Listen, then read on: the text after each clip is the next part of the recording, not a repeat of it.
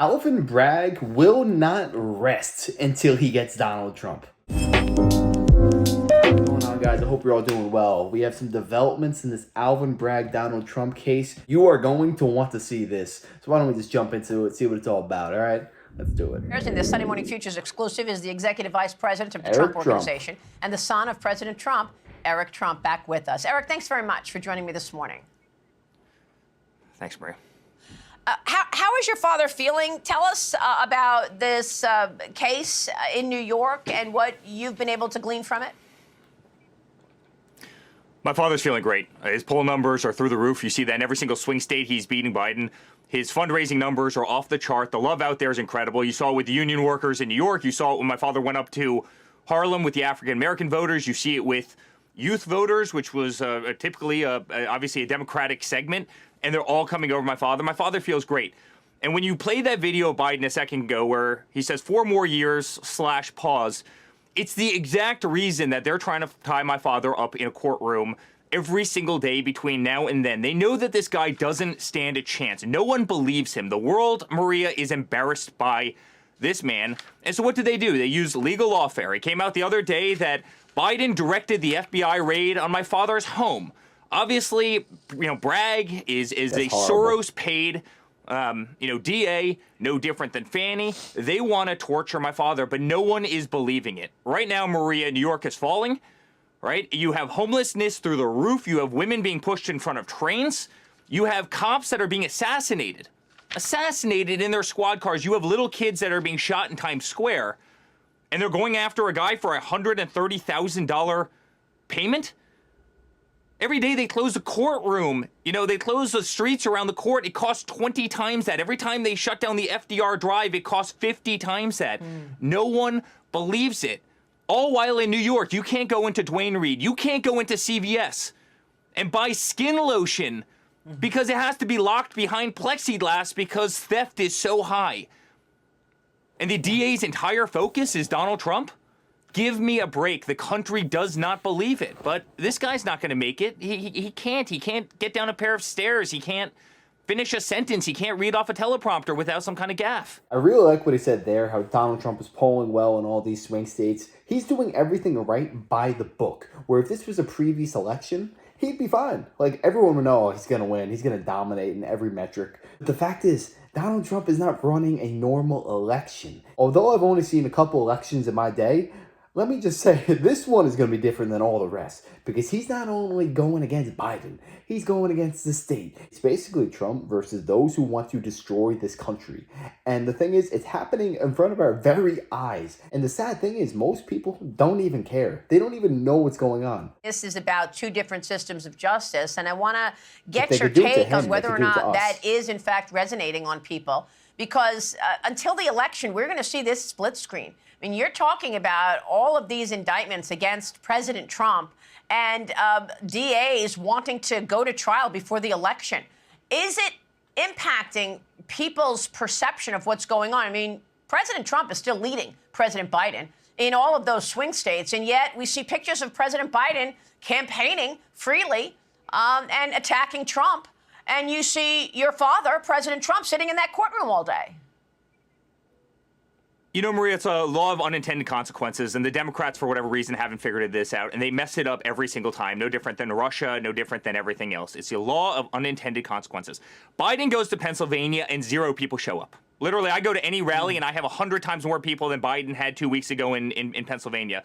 Yet my father, at 6:30 in the morning, goes out, and he has every union worker on the biggest job in New York chanting USA, USA, USA before they're even opening their eyes. That's how early it is. He goes to Harlem, and he has massive crowds around a bodega, and this is literally a pop-up event, right? So with all the power of Air Force One and with all the power of the executive branch, Biden can't have anybody show up, yet my father is drawing these massive crowds, is fundraising the likes of which no one has ever seen before for the presidency. People want America back. People want to be prideful in this country again. People want a cheerleader for this nation. We've become an embarrassment to the entire world. We're getting ripped off. Wars are breaking out all over the place. Protests are happening. You have people in this country who are chanting death to America. Death to America in the United States of America. the whole world is up in arms. The economy stinks. Inflation, they can't keep it under control. The market's dropping, as you've seen over the last week. You know, people can no longer afford to live. Rent is through the roof. I mean, where do you want me to stop? Yeah. Did you notice when they saw Trump at 6:30 in the morning, what the workers shouted out to him? They didn't say, Trump, Trump, Trump, Trump. No, no, no, they didn't do that. They said, USA, USA. Trump is not running for himself. He's running for the country. Like, let's just say this all Biden. You think they're chanting USA? Even though he is representing America, he's representing the greatest country on the planet, they would never chant that for him because I hate to say it, he's not looking out for America. I think America in almost every metric is worse now than it was 4 years ago. People are struggling to live. Crime is through the roof. You can no longer afford groceries. Everything is just in chaos and people are panicking. People are fearful. That's why we need Trump back in office. He knows how to put America back on track and put the American people first. Middle East is on fire. When it was perfect under my father. They want our world back. They want stability again. It's very disturbing. The Supreme Court is now weighing this monumental case on whether or not President Trump has immunity from prosecution. We saw some of the hearing this week, and it felt like, listening to some of those Supreme Court justices, that they were willing to admit to some or acknowledge some immunity. What did you take away from what you heard from the Supreme Court this week, and when do you expect a decision? Well, God help us if they get it wrong. That's what I take away. I know the system very, very well. And the only people who are going to benefit are big law firms in Washington, D.C., because they are going to go after every single president. They'll start with Obama. Fast and Furious, right? Where he gives 2,000 weapons to cartel members. And then they'll go to Obama, where he weaponized the IRS against conservatives. They'll probably go after Joe Biden for having cocaine in the White House. They'll go after Biden then for raiding his opponent's home. They'll probably go after him after that for literally 2 weeks before the 2022 primaries, literally depleting the petroleum national, reserves so he could lower gas prices by 4 cents and hopefully help him actually in the polls. I mean, where do you want to stop? Are they going to go after George Bush for lying about, weapons of mass destruction? Where does this stop, Maria? The only people that are going to win are going to be the lawyers in Washington, D.C. The floodgates are going to open, and I guarantee you Joe Biden will not have 1 foot outside of the White House doors before they start going after him legally, ruthlessly. Presidents need immunity in this country. If they don't, their entire tenure as president is literally going to be filled in depositions and subpoenas like they've tried to do to my father for the last 8 years. We can't have this legal lawfare in this country. We need a president to actually be able to function and run the United States of America. If I'm being completely frank, I don't think the past presidents, other than Trump, care about this, because for one reason, there is a two-tiered system of justice. You're either for them or you are against them. And it's clear only Trump is against them, so that's the reason he's the only one getting attacked relentlessly. But yeah, Eric Trump is right on the money. They got to get this right, because if not, it's going to set a horrible precedent for this country. Certainly hope that presidents have absolute immunity. And if they don't, they're not going to be able to function as presidents of the United States. You're going to have a president that literally every single day, Biden, hey, when they withdrew from Afghanistan, 13 service members were killed. Is that manslaughter because he was incompetent? I mean, where do you draw the line, Maria? You better have presidential immunity, because that's an awfully tough job. Tough decisions are made every single day. Mistakes are made, and presidents can't be prosecuted. Yeah, I think this week there's a day off that the former president is expected to go campaign, but he has been unable to do the kind of campaigning that President Biden is doing. But this week he will be going to what, Michigan and Wisconsin on the 1 day off? That's right. He's going all over the place, and his stamina, Maria, I've never seen anything like it in my life. I mean, I've just never seen it.